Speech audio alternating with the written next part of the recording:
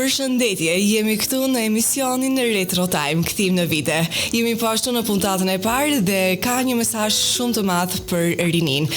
Doja ta nisja si fillim qëllimin e këtij programi. Të them të drejtën, ky program nisi me një mund të thoja ca grimca inati brenda, por në fakt doli diçka shumë e bukur duke u konsultuar sidomos edhe me fitoren. Qëllimi i këtij programi është që të jetë sa më shumë edukativ, historik, ti mësoj rinis se sa e vlefshme është historia dhe duke u bazuar në thënien e një poeti të madh, thotë që një popull që harron historinë e tij ka hapësirë që ajo të përsëritet përsëri. Dhe kjo është gjëja e keqe, se duke e ditur se çfarë kemi kaluar ne dhe çfarë gjërash, domethënë, ka pasur ky popull që ka kaluar gjatë viteve, do e kuptojmë që edhe ajo pjesa që për të përsëritur nuk është edhe aq e bukur. Por si fillim dua ta bëj edhe me një hyrje. Retro Time, kthim në kohë. Nata ka një zë tjetër kur ndalemi të dëgjojmë, një zë që vjen nga larg, nga kujtimet, nga vitet që s'janë më, por që jetojnë ende brenda nesh. Sonte nuk kemi thjesht në një program radioje, sonte po hapim një derë që të çon pas në kohë, atje ku këngët dëgjoheshin me shpirt, ku radioja ishte shoqja më besnike e shtëpisë, dhe ku kujtimet krijoheshin pa zhurmë, por me shumë ndjenjë. Mirë se erdhët në Retro Time, kthim në vite. Një udhëtim që është për ata që mbajnë mend dhe për ata që duan t'i njohin vitet kur emocionet ishin më të thjeshta por shumë më të thella. Këtu nuk do të numërojmë vetëm datat, por do të dëgjojmë shumë zëra, do të rikujtojmë këngë, do të ndalemi te momentet e vogla që bënin jetën më të madhe. Çdo puntat do të jetë një kthim, një vit, një dekadë, një ndjesi, dhe sot në këtë udhëtim të parë po e nisim aty ku shumë prej nesh kanë rrënjën e kujtimeve, në një vit që foli pak por la shumë gjurmë. Merrni frym thellë. Unë li zërin e botës për disa minuta sepse Retro Time sapo ka filluar. Dhe koha për pak qaste, pak do të kthehemi pas. Sonte udhtojmë në vitin 1972, një vit kur Shqipëria dhe trojet shqiptare jetonin me së rregullit të hekurt, por edhe ëndrës për art, për këngë, për identitet.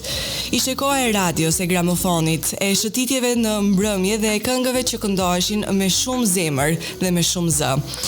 Prandaj do të nisim edhe me këngën Valsi i Lumturisë nga e madhja Vaçezela.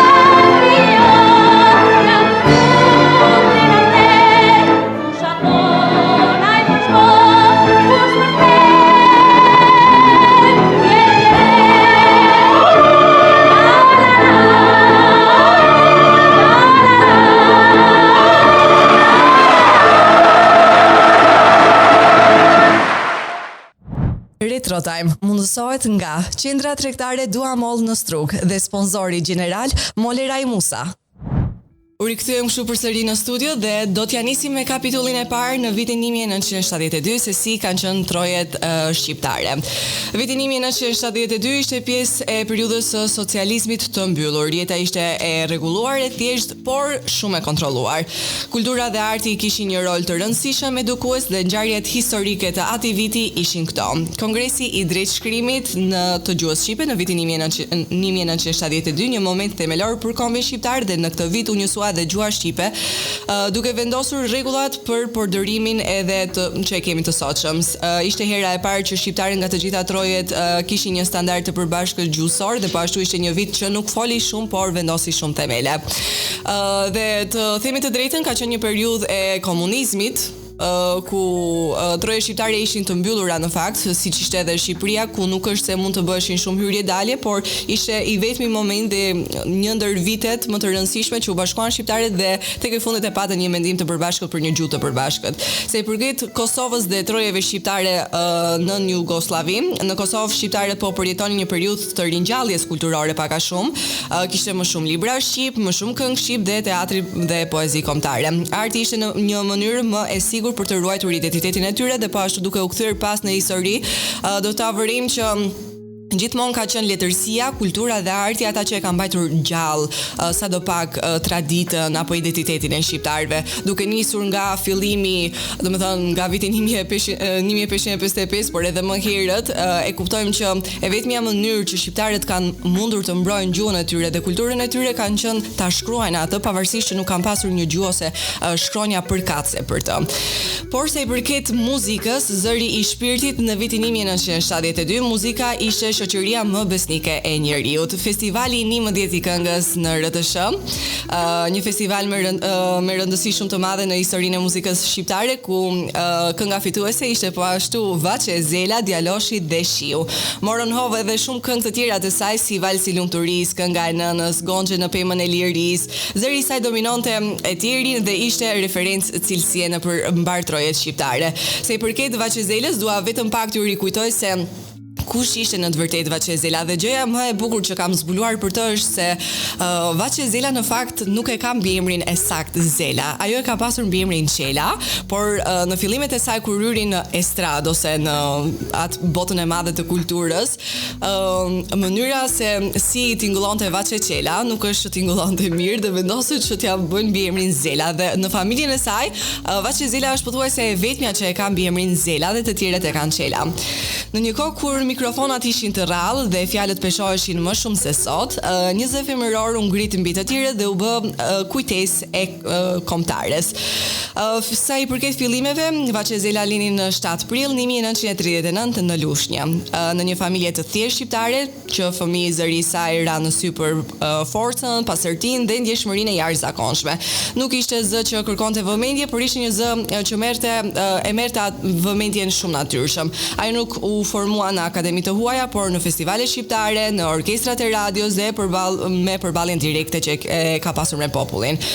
Vaçe e Zela dhe festivalet e këngës Vaçe e Zela është Po ashtu ajo fituesja, mund të themi absolute e festivalit të këngës në RTS, duke fituar 11 çmimet e para. Domethënë, duket sikur gjithë këto 11 vite sa i përket muzikës edhe domethënë festivalit të këngës janë dedikuar të gjitha sikur janë për Vaçezelën. Në vitin 1972 ajo triumfoi me Djaloshi dhe Shiu, një këngë poetike, simbol i ndjenjes së pastër, ku zëri i saj rrëshqiste butë, shpërthej pa dhunë dhe mbetet në mendjet e njerëzve për jetë. Vaçezela nuk këndonte vetëm notat, por edhe heshtjet e tyre. Sa i përket stilit të saj, Vaçezela e ka një fuqi të madhe në zë, por jo edhe aq agresive. Duke u ndalur edhe te trashëgimia e Vaçezelës, nuk është thjesht si këngëtare. Ajo është një epokë më vete, zëri i saj është pjesë e ADN-s son në kulturë dhe po ashtu mund të themi se zëri nuk është thjesht artistik, por emocional dhe njerëzor, që është po ashtu një simbol i atij viti. Nga ana tjetër, sa i përket trojeve tjera, si në Kosovë, kemi pasur në atë vit, Nexhmie Pagarushën. Nexhmie Pagarusha vazhdonte të ishte ikon, në anën tjetër të kufirit një zë tjetër por ruante shpirtin e Kosovës, nuk bërtiste, nuk sfidonte hapur, por mbante gjallë identitetin e këngës. Nexhmie Pagarusha lindi në 7 maj 1933 në Pagarush të Malishevës. Zëri i saj e quajti shumë shpejt si bilbili i Kosovës dhe që në moshë të re u dallua për diapazonin e jashtëzakonshëm, vibratët e buta dhe ndjeshmëritë emocionale të rralla. Ai u formua edhe jashtë Kosovës duke marrë një edukim muzikor profesional, gjë që ishte shumë e rrallë në kohën e saj. Ajo më shumë këndonte këngë popullore, balada, këngë me motive patriotike, por edhe këngë qytetare, pse jo. Këngë si Baresha apo Kur më del në derë, Ani Morinuse nuk ishin thjesht një melodi, por ishte një pjesë e kujtesës kolektive. Në vitin 1972 zëri i saj ishte tashmë institucion në Kosovë dhe më gjerë. Se i përket asaj nuk është se kishte shumë nevojë për një skenë të madhe, mjaftonte zëri, roli shoqëror në një kohë represioni dhe kufizimesh. Kënga e saj ishte si strej, ishte krenari dhe po ashtu rezistencë e butë ndaj kohës. Unë po ashtu dua që regjiat na përshëndes edhe me këngën e Vaçezelës, por po ashtu edhe me një këngë nga Nexhmie Pagarusha, pse jo me Bareshën dhe me Djaloshi dhe Shiu.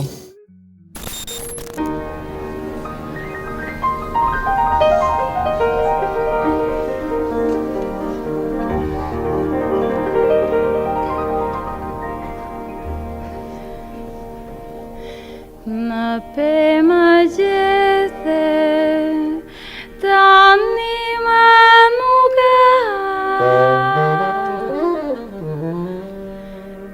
e bora malet mbuloj për sëri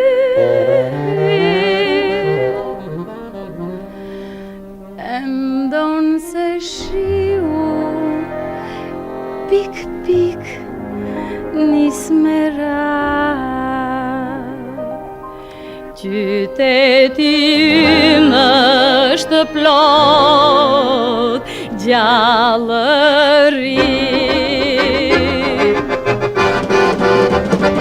Ja shiu pik pik pik pik vjen në rrugë troketaj pa pushim. E ora tik tak shone djali pret me padurim.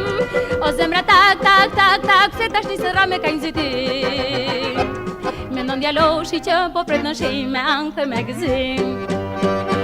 Ja shiu pik pik pik pik vjen në rrugë troketaj pa pushim. E ora tik tak shone djali pret me padurim. O zemra tak se tash nisëra me ka nxitim. Mendon Djaloshi që po pret në shi me ankth me gëzim. Vin tek shi, por ai se vinte re as pak. Për çudi, as ombrellën nuk e kishte hap. Tu i mendu se si erdha jo në zin një dit. Studenteshe bukur për praktik, tek repartit në fabrik. Së fundi ja, ju duke djali e ndaloj. Po tani si të shkretëm duhet ta filloj. Fal po unë ty të duhet fjallën tande të shkërkoj. Të du dhe unë po kam edhe një fjallë ombrellëm se sa hap.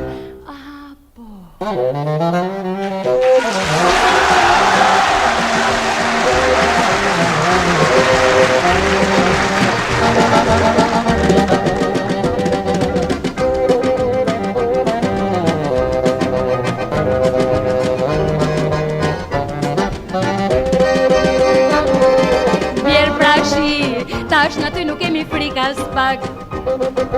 Mrekulli, në nombrel ti neve do s'na lag. Veçandrojmë, njani tjetri na mëllë tu i shiku. E në done mbaj më mbrellën hap, por se shiu ka pushu. Se fundi ja, ju duke djali e ndaloj. Po tani si të shkretën duhet ta filloj. Më falë po unë ty të duhet fjallën të ndër të shkërkoj. Të du dhe unë po kam edhe një fjallë ombrellën pse se hap. Pse se hap.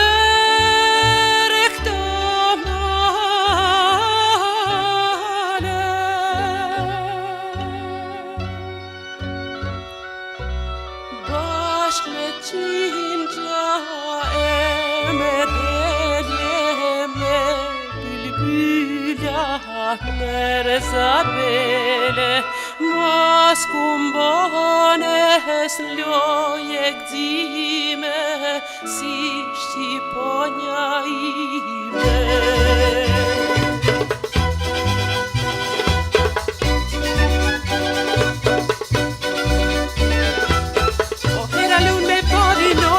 Oheni shoqet lozi mona nani fusha ngas po veshe tona nani lule bar po qeshi nona nani drivet mali qka u ba limbareshat me shulla drivet mali qka u ba limbareshat me shulla hera lun me pari nona nani oheni shoqet lozi mona nani lule bar po qeshi nona nani fusha ngas po veshe tona nani drivet mali qka u ba limbareshat me shulla drivet mali qka u ba limbareshat me shulla nani nani nani nani nani nani nani nani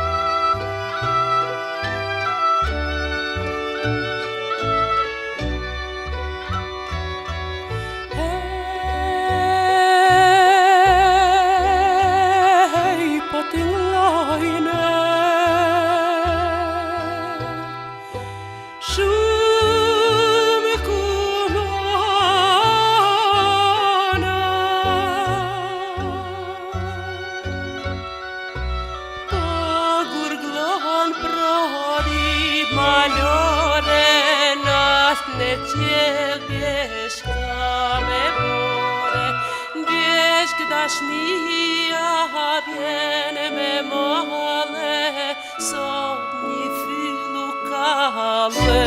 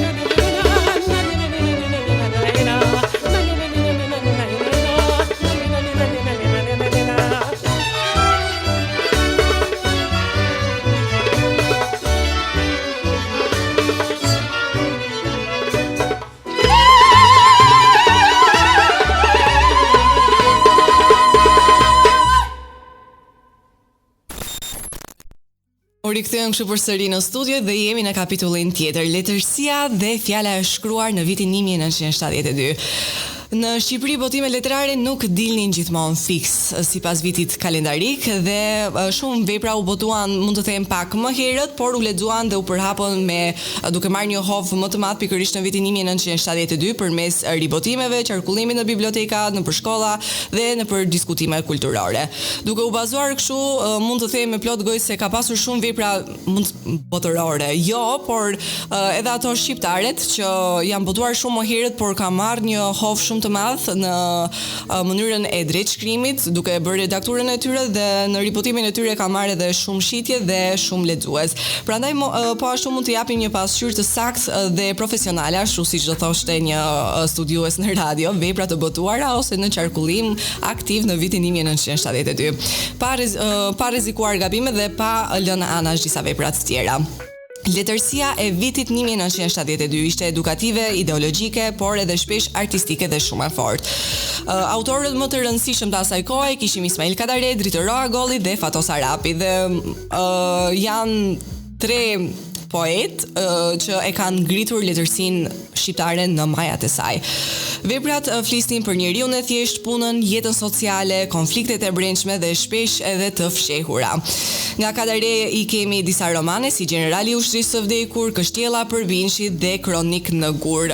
Kronik në gur dhe Generali i ushtrisë së vdekur po ashtu janë dy vepra të cilat kanë marrë një hovë shumë të madh për shkak të karakterit të tyre dhe po ashtu nëse e lexoni veprën ftesë në studio do ta kuptoni edhe arsyeën se si janë shkruar ato, se si e kanë pasur hovin ato vepra. Sa për poezi kemi pasur Shekulli im, ku vepra e botuar Shekulli im me poezi është një ndër veprat e para të Kadares dhe duke marrë krahasimin se si ka shkruar poezit më parë dhe si ka shkruar poezit pas studimeve në Mos, do ta vëreni një ndryshim shumë të madh, saqë do të thoni nuk është poeti i njëjtë që i ka shkruar ato të dyja. Po ashtu e kemi pasur edhe poezin përse mendohen këto male dhe motive me diell. Në vitin 1972 Kadare ishte shkrimtari më i lexuar dhe më i diskutuar në Shqipëri. Dhe po ashtu mund të themi se për diskutime ka qenë edhe për faktin që ka qenë shok me Enver Hoxhën.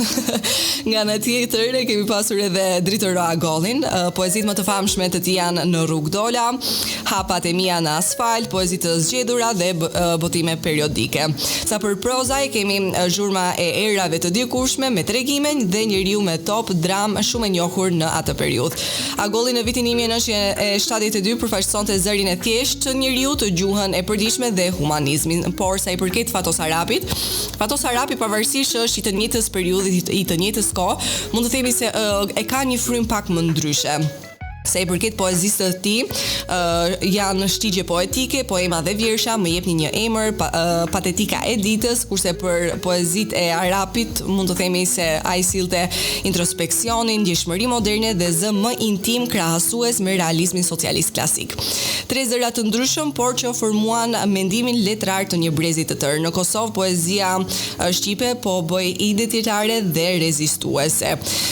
Kjo ishte sa për pjesën e letërsisë, por gjithsesi nuk mund të lëm anash edhe poetët e tjerë dhe ose mund të themi veprat e poetëve të njëjtë që sapo i përmendëm, se janë mund të themi magjike dhe na kanë ngritur ne si kulturë.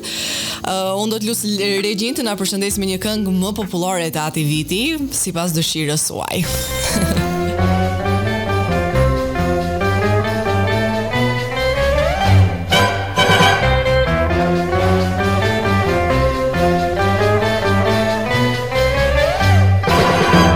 Mëngjes më tha shoqja ime, cilën stim ti do qti të shnjohu. Unë jam vajzë e re dhe pranverën, do e mos e kam në shpirt. Më pëlqen dhe vera, flori e ver, e begata vera jon. Kam me diell ti si hare moj ver, mosha ime të këllmon.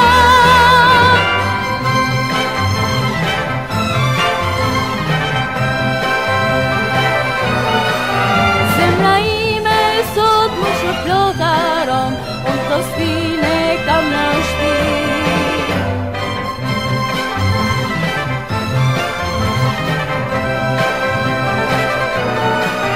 Zemra ime sot më shplotaron, unë të stine kam në shpi.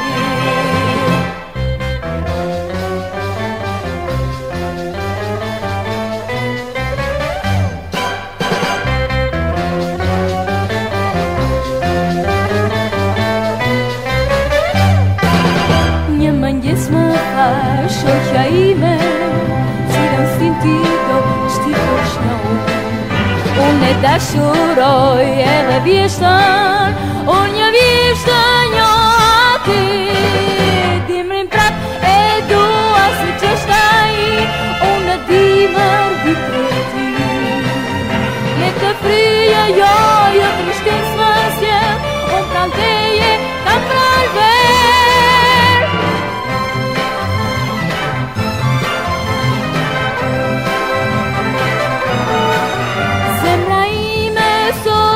Plotaron, unë të stine kam në shpi.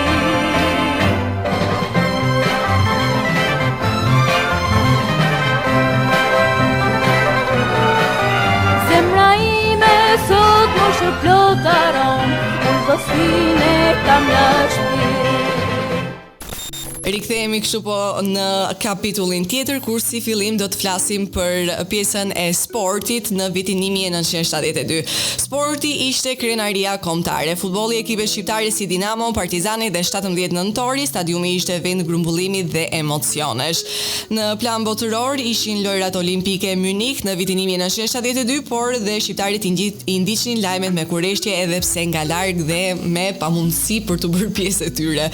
Sporti ishte më pak spektakël, por më shumë pasion. Domethënë aty pavarësisht mundësive që ishin të kufizuara, ata e gjetën veten dhe mundoheshin të jepeshin atë gjë që ata e donin. Kurse sa i përket ekonomisë dhe jetës së përditshme, ekonomia në Shqipëri ishte e centralizuar, pa treg të lirë dhe me barazitë të varfër por të qëndrueshme.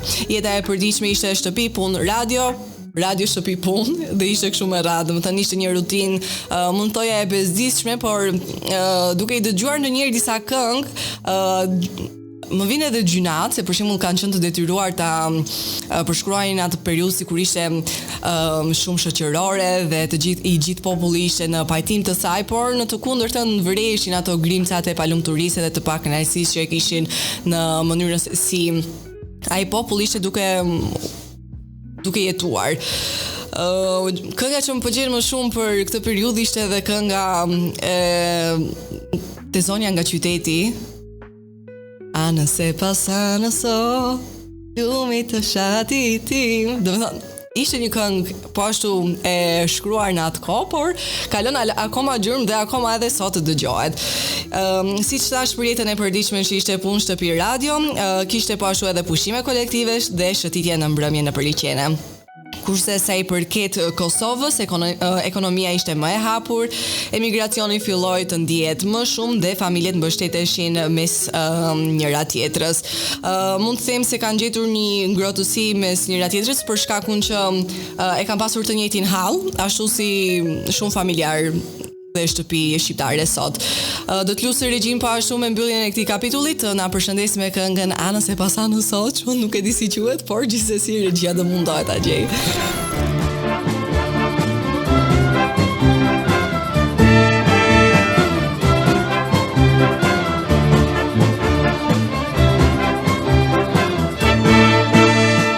Anës e Pasanës sot, lumi të fshatit ti, nga fushat vin vajzat sot, djersa në balli undri. Lumturin në rrisin sot, vajzat tonë në duar arta, lule janë në veta to, lule të gëzimi ton, lule të gëzimi ton, me bukën e fushës sot, o merën e malit ton, me kam trimëri e bashat, e kanë rritur shtatinon, me serës të fushës sot, o me serës të malit ton, rrisin dashurin në bashat, për djem të e fshatit ton.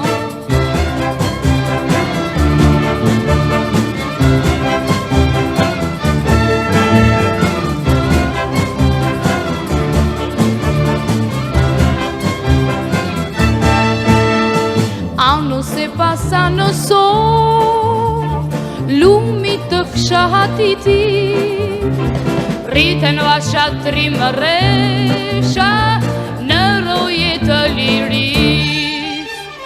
Krahët e tyre ngjyrë ardh, se që po që djeli jugu, ëndra tyre kanë ato, kokrat grurit zimit ton, kokrat grurit zimit ton, me bukën e fushës sot, o merën e malit ton, me kam trimëri e bashat, e kanë rritur shtatinon, me bukës e fushës sot, o me serës e malit ton, rrisin dashurin në bashat, për djem të e fshatit ton.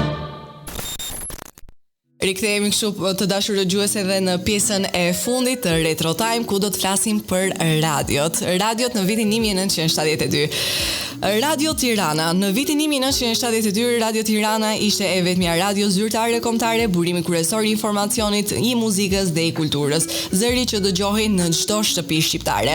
Radio Tirana ishte pjesë e Radio Televizionit Shqiptar. Televizioni kishte filluar transmetimin vetëm një vit më parë, në vitin 1972. Çfarë transmetonte Radio Tirana në vitin 1972? Këngët e saj ishin të lehta shqiptare, muzikë popullore, festivalin e këngës Dohemos, poezi dhe tregime të lexuara me zë dhe lajme dhe kronika kulturore.